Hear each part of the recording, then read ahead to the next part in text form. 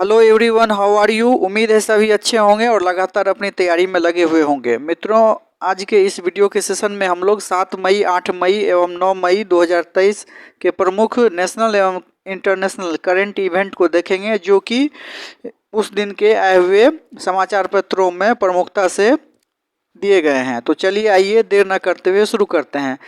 इसमें सबसे पहला है, चार्ल्स तृतीय को ब्रिटेन के महाराजा का ताज मिल चुका है। जी हाँ, याद रखिएगा, चार्ल्स तृतीय को जो है ब्रिटेन के महाराजा का ताज जो है मिल गया है। और ब्रिटेन के प्रथम हिंदू प्रधानमंत्री ऋषि सुनक ने इसकी आधिकारिक रूप से घोषणा की है।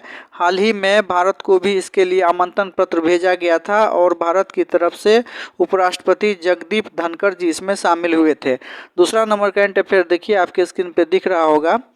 पंजाब में खालिस्तान समर्थक आतंकी परमजीत सिंह पाक के लाहौर में मारा गया। जी हाँ, कल जो है सो भारत का मोस्ट वांटेड आतंकी, जो कि भारत के विरुद्ध ही पंजाब में खालिस्तान बनने का पूर्ण रूप से समर्थन कर रहा था, उसे पाकिस्तान के लाहौर से गिरफ्तार किया गया है। तो इसे याद रखना जरूरी है कि परमजीत सिंह पाक के खुफिया एजेंसी से मिलकर भारत में खालिस्तान बनाने का प्रबल समर्थक था और पंजाब में इसको लेकर के काफ़ी वो सक्रिय रूप से अपना आंदोलन चला रहा था। तीसरा नंबर करंट अफेयर देखिए, देश में बिहार की आबादी लगभग 10% के करीब पहुंच चुकी है। जी हाँ, याद रखिएगा, देश में बिहार की आबादी जो है वो लगभग 10% के करीब पहुंच चुकी है। चौथा नंबर करंट अफेयर देखिए, नीरज चोपड़ा ने दोहा डायमंड लीग में 88.67 मीटर भाला फेंककर जीत की शुरुआत किया है। और इसके लिए प्रधानमंत्री नरेंद्र मोदी ने दोहा डायमंड लीग में नीरज चोपड़ा के द्वारा भाला फेंक में जीत की शुरुआत करने पर बधाई दिया गया है। अगला करंट अफेयर देखिए, पांचवा नंबर, आईपीएल में सर्वाधिक शून्य पर आउट होने वाले खिलाड़ी। जी हाँ, याद रखिएगा, आईपीएल में सर्वाधिक शून्य पर जो है आउट होने वाले खिलाड़ी रोहित शर्मा बने हैं। और आईपीएल के अब तक के इतिहास में सर्वाधिक 16 बार डक अर्थात शून्य पर आउट होने वाले खिलाड़ी के नाम में रोहित शर्मा का नाम जुड़ गया है। तो याद रखना है कि अभी तक के सभी आईपीएल में सर्वाधिक शून्य पर आउट होने वाले खिलाड़ी कौन बने हैं, तो रोहित शर्मा। और रोहित शर्मा अभी आईपीएल 2023 में मुंबई इंडियन के कप्तान के रूप में अपना खेल प्रदर्शन कर रहे हैं। इसके बाद हम लोग 8 मई 2023 के करंट अफेयर्स को देखेंगे, जो कि आपके स्क्रीन पे दिख रहा होगा। तो 8 मई को वर्ल्ड थैलीसीमिया डे मनाया जाता है। जी हाँ, याद रखिएगा, थैलीसीमिया एक आनुवांशिक बीमारी है जो हमारी रक्त कोशिकाओं के कमज़ोर होने या नष्ट होने के कारण या शरीर में किसी जीन की अनुपस्थिति के कारण भी होता है। और प्रायः थैलीसीमिया बीमारी माता पिता से उनके बच्चों में होता है और इस प्रकार यह कह सकते हैं कि यह एक आनुवांशिक बीमारी है। दूसरा नंबर करंट अफेयर देखिए, फिल्म मैं अटल हूँ की शूटिंग की शुरुआत मुंबई में हो रही है। जी हाँ, याद रखिएगा, इसमें पूर्व दिवंगत प्रधानमंत्री अटल बिहारी वाजपेयी के किरदार को बखूबी दिखाने का प्रयास किया जा रहा है और इसमें अभिनेता के रूप में किरदार पंकज त्रिपाठी कर रहे हैं। तीसरा नंबर करंट अफेयर देखिए, जर्मन डाटाबेस कंपनी स्टेटिस्टा की रिपोर्ट के अनुसार अंतरिक्ष में कचरा फैलाने में सर्वाधिक अग्रणी देश रूस बना है और दूसरे स्थान पर अमेरिका का है और तीसरा स्थान पर चीन आया है। तो याद रखना है कि अंतरिक्ष में कचरा फैलाने वाला सर्वाधिक देश कौन सा है, तो रूस। और यह जर्मन डेटाबेस कंपनी स्टेटिस्टा की रिपोर्ट है। 2023 में अंतरिक्ष में सर्वाधिक कचरा किस देश ने फैलाया है, तो याद रखना है रूस। चौथा नंबर करंट अफेयर देखिए, 2024 के गणतंत्र दिवस परेड में महिलाओं द्वारा सिर्फ शामिल होकर प्रदर्शन करने की तैयारी की शुरुआत की जा रही है। जी हाँ, 2024 का जो गणतंत्र दिवस होगा उसमें महिलाओं की पूर्ण रूप से सक्रिय भागीदारी को सुनिश्चित करने के लिए ऐसा किया जा रहा है कि परेड में जितने भी झांकियां, प्रदर्शन एवं अन्य गतिविधियां होगी वो महिलाओं के द्वारा ही प्रदर्शित की जाएगी। जम्मू कश्मीर के उपराज्यपाल मनोज सिन्हा जी का हाल ही में बिहार के भागलपुर जिला में दौरा हुआ है और वे अपने पारिवारिक तथा अन्य निजी कारणों से भागलपुर पहुंचे हैं। तो याद यह रखना है कि जम्मू कश्मीर के अभी उपराज्यपाल कौन है, तो मनोज सिन्हा। चलिए इसके बाद आपके स्क्रीन पे करंट अफेयर्स दिख रहा होगा जो कि काफ़ी इम्पोर्टेंट है। तो चलिए 6ठा नंबर करंट अफेयर्स देखिए। सूडान में चल रहे ऑपरेशन कावेरी के तहत हक्की पिक्की जनजाति को सुरक्षित निकाला गया है। जी हाँ, याद रखिएगा, सूडान में अभी भारत सरकार की तरफ से ऑपरेशन कावेरी चलाया जा रहा है और इसमें जो है हक्की पिक्की जनजाति जो कि राजस्थान के अजमेर और आमेर क्षेत्र में मुख्य रूप से पाई जाने वाली जनजाति है, जिसकी की संख्या हालांकि काफ़ी नगण्य है, लेकिन हक्की पिक्की जनजाति सूडान में एक समुदाय क्षेत्र में रह रहे थे और इसकी संख्या वहां पर अच्छी खासी थी। तो इस हक्की पिक्की जनजाति को भारत सरकार के द्वारा चलाए जा रहे ऑपरेशन कावेरी के तहत सुरक्षित रूप से निकाल लिया गया है और हक्की पिक्की जनजाति के समुदाय वर्ग ने इसके लिए प्रधानमंत्री श्री नरेंद्र मोदी के प्रति अपना आभार बताया है। नरेंद्र मोदी ने भी इनकी प्रशंसा करते हुए हक्की पिक्की जनजाति के बारे में कहा कि हक्की पिक्की जनजाति शुरू से ही राष्ट्र के प्रति, अपने स्वतंत्रता के प्रति काफ़ी स्वाभिमान रही है और इनके पूर्व के वंशज महाराणा प्रताप जबकि संघर्ष, जिस समय वे अकबर से संघर्ष कर रहे थे तो उस समय इन जनजातियों के पूर्वजों ने उनका साथ दे करके राष्ट्र की कर्तव्यपरता को पूर्ण रूप से निभाया था। तो याद यह रखना है कि सूडान में जो ऑपरेशन कावेरी के तहत जो भी अभियान चलाया गया उसमें हक्की पिक्की जनजाति को भी सुरक्षित निकाला गया। 9 मई का करंट अफेयर्स आपके स्क्रीन पे दिख रहा होगा। तो चलिए 9 मई 2023 के प्रमुख करंट अफेयर्स को देखते हैं। आशा है कि आप नोट्स में इस करंट अफेयर्स के सेशन को लिख रहे होंगे। अगर आप इस प्रकार अपने कॉपी में नोट्स के रूप में इसे लिखते हैं तो निश्चित रूप से यह आपके लिए काफ़ी फायदेमंद होगा और आने वाली सभी प्रतियोगिता परीक्षाओं में करंट अफेयर्स का सेशन में आपको ये प्रश्न दिखेंगे। खास करके बीपीएससी की परीक्षा की तैयारी जो लोग कर रहे हैं उनके लिए प्रारंभिक परीक्षा में करंट अफेयर्स का एक पूर्ण भाग होता है जो कि 30 से 35 मार्क्स, कभी कभी 40 प्रश्न भी इससे देखने को मिलते हैं। तो उसके लिए यह सेशन काफ़ी फायदेमंद रहेगा। साथ ही साथ जो भी करंट अफेयर्स की तैयारी करते हैं अगर वे इस सेशन को देखते हैं तो काफ़ी उनके लिए महत्वपूर्ण रहेगा। तो चलिए इसी से क्रम में हम लोग 9 मई 2023 के भी करंट अफेयर्स को देखते हैं, जिसमें पहला है चक्रवात मोचा। जी हाँ, याद रखिएगा, हाल ही में चक्रवात मोचा जो है उसका उद्भव हुआ है और चक्रवात मोचा बांग्लादेश से म्यांमार की ओर बढ़ने का आसार हैं और ऐसा बताया गया है। दूसरा तो आपको यह याद रखना है कि चक्रवात मोचा जो है वो हाल में आपको बांग्लादेश म्यांमार की सीमा से निकला है और उसमें अग्रसर होने की संभावना काफ़ी ज़्यादा है। दूसरा नंबर करंट अफेयर देखिए, विख्यात बांग्ला साहित्यकार समरेश मजूमदार का निधन हो गया है।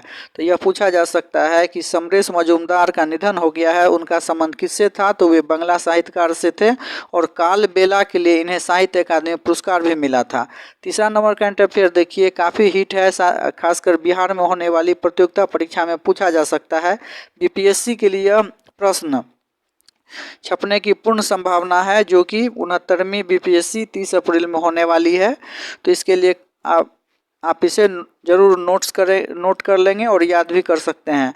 बिहार में केंद्रीय कारा बक्सर सहित 59 जेलों में शुरुआत की जाएगी जेल रेडियो। जी हाँ, जेल रेडियो की शुरुआत करने की तैयारी बिहार के केंद्रीय कारा सर्वप्रथम बक्सर से की जा रही है और अगर यह कार्यक्रम सफल रहता है तो इसे साथ ही साथ ट्रायल बेसिस पर बिहार के 59 जेलों में भी शुरुआत करने की तैयारी की जा रही है। इसमें जेल रेडियो होगा और बंदी इसके रेडियो जॉकी होंगे। तो याद यह रखना है कि बिहार में जेल रेडियो की शुरुआत की गई है। कहाँ से? तो केंद्रीय कारा बक्सर से। चौथा नंबर करंट अफेयर देखिए, अभी हाल ही में मणिपुर में जो है काफ़ी हिंसा भड़की हुई है जो कि काफ़ी चर्चा का विषय बना हुआ है। तो चलिए जानते हैं कि मणिपुर में जो हिंसा फैली हुई है उसके क्या कारण हैं। तो इसे 2 वर्ग में आप रखकर याद रख सकते हैं। पहला ए में मैतेई जनजाति को अप्रैल 19 तारीख को मणिपुर हाई कोर्ट के द्वारा मैतेई समाज को अनुसूचित जनजाति में शामिल करने का निर्णय सुनाया गया, जिसके खिलाफ आदिवासी समुदाय के लोग विरोध कर रहे हैं। और दूसरा मणिपुर में हुई हिंसा का प्रमुख कारण यह है कि आदिवासी जो भी वहाँ के हैं अर्थात मैतई समाज को छोड़कर अन्य आदिवासी वे अपनी जमीन राजनीतिक प्रभुत्व मैतई समाज द्वारा हड़पने के डर के कारण मैतई समुदाय को एससी अर्थात एसटी अर्थात अनुसूचित जनजाति में शामिल करने के निर्णय का विरोध कर रहे हैं। हाल ही में 19 तारीख को मणिपुर हाईकोर्ट के द्वारा अपने एक फैसले में राज्य सरकार को यह आदेश दिया गया है कि वे जल्द ही मैतई समाज को अनुसूचित जनजाति में शामिल करने के लिए 3 हफ्ते के अंदर केंद्र सरकार को एक हलफनामा दायर करे ताकि मैतई समुदाय को अनुसूचित जनजाति में शामिल किया जा सके। और इस फैसले के बाद 3 मई से ही मैतई समाज को छोड़कर अन्य आदिवासी समाज एवं गैर आदिवासी समाज के द्वारा जो है हाईकोर्ट के इस फैसले का काफ़ी विरोध किया जा रहा है, जिसके कारण से वहाँ काफ़ी हिंसा फैला हुआ है। तो याद यह रखना है कि मणिपुर में जो हिंसा फैली हुई है उसका प्रमुख कारण है मैतई समाज को अनुसूचित जनजाति में शामिल करने का निर्णय। मणिपुर में कुल 33 जनजातियों का निवास स्थान है। जी हाँ, मणिपुर भारत सरकार के पूर्वोत्तर का एक प्रमुख राज्य है और भारत सरकार की वेबसाइट के अनुसार मणिपुर में कुल 33 जनजाति निवास करती है, जिसे कुल 2 वर्ग जिन्हें केवल 2 वर्ग कुकी एवं नागा में विभाजित कर दिया गया है। लेकिन अगर कुल जनजातियों की संख्या एवं वर्ग की बात करें तो मणिपुर में कुल 33 जनजाति का निवास स्थान है।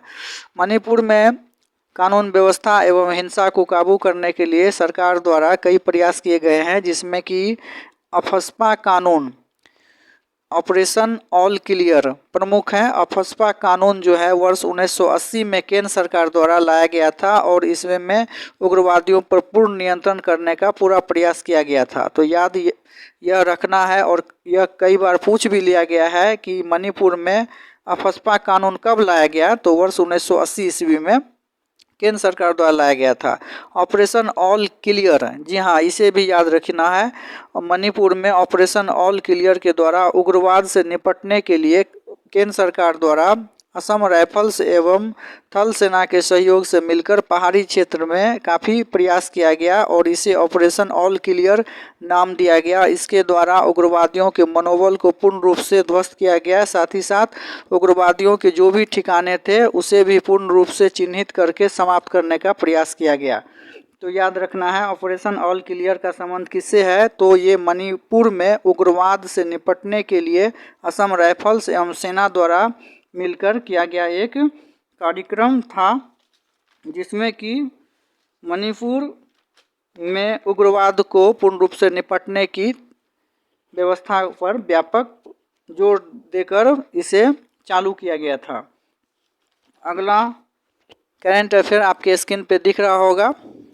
पहले वायुसेना विरासत केंद्र का उद्घाटन किया गया है। जी हाँ, देश में पहले वायुसेना विरासत केंद्र का उद्घाटन रक्षा मंत्री राजनाथ सिंह द्वारा चंडीगढ़ में किया गया है और यह पहला वायुसेना विरासत केंद्र 17,000 स्क्वायर फीट एरिया में फैला हुआ है। इसमें 1965, 1971 कारगिल युद्ध एवं बालाकोट हवाई हमले में निभाई गई वायुसेना की भूमिका को दर्शाया जाएगा। केंद्रीय डिफेंस मिनिस्टर राजनाथ सिंह के अनुसार वायुसेना का यह विरासत केंद्र वायु सैनिकों के समृद्ध विरासत को प्रदर्शन करने में अपना महत्वपूर्ण भूमिका निभाएगा और इससे देश के लोग भी गौरवान्वित हो सकेंगे कि वायुसेना को जब भी अपनी भूमिका अदा करने का मौका मिला है तो वायु सैनिक अपनी भूमिका को अपनी जान पर भी खेलकर काफ़ी पूर्ण रूप से निभाए हैं, ऐसा उन्होंने कहा है। तो हमें यह याद रखना है कि पहले वायुसेना विरासत केंद्र का उद्घाटन कहाँ हुआ है, तो चंडीगढ़ में, और यह 17,000 स्क्वायर फीट जो है एरिया में फैला हुआ है। 6ठा नंबर करंट अफेयर्स देखिए, काफ़ी हिट है। द केरल स्टोरी फिल्म पर अभी काफ़ी बवाल चल रहा है और कई राज्यों में इसके प्रदर्शन को लेकर विरोध हो रहे हैं। इसके लिए तमिलनाडु में भी विरोध किया गया।